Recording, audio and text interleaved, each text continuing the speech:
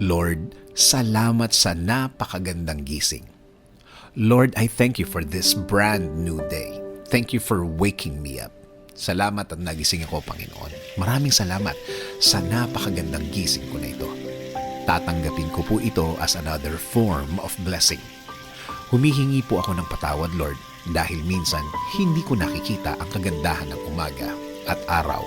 Hindi ko nakikita ang mga bagay na ibinibigay nyo sa akin. Mga bagay na dapat maganda ang effect sa akin. Since na sa problema ako nakatingin, hindi ko po ito lahat nakikita. Kaya ngayon, Lord, mas magkukonsentrate ako sa mga biyaya nyo sa akin.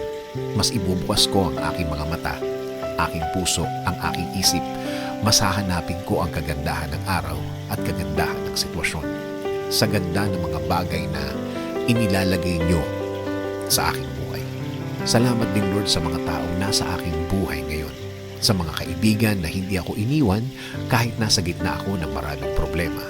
At sa mga taong nagiging maganda ang impluwensya nila sa buhay ko. Kaya ngayon, Lord, hindi ko natitingnan kung ano ang aking kakayahan, kung ano ang kaya kong gawin. Instead, Lord, I will focus on you. Sa inyo po ako titingin. Sa mga kaya niyong gawin sa aking buhay, ako magko-concentrate. Sa kakayahan niyo po at hindi sa